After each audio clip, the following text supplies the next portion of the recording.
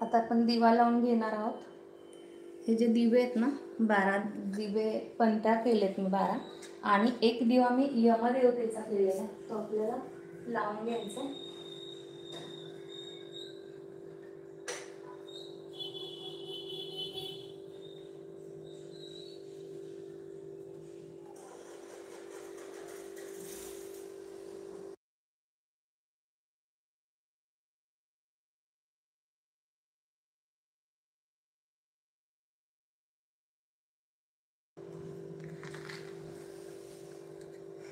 Thank you so much ज्ञान हंटीबाई Bunty, thank you so much.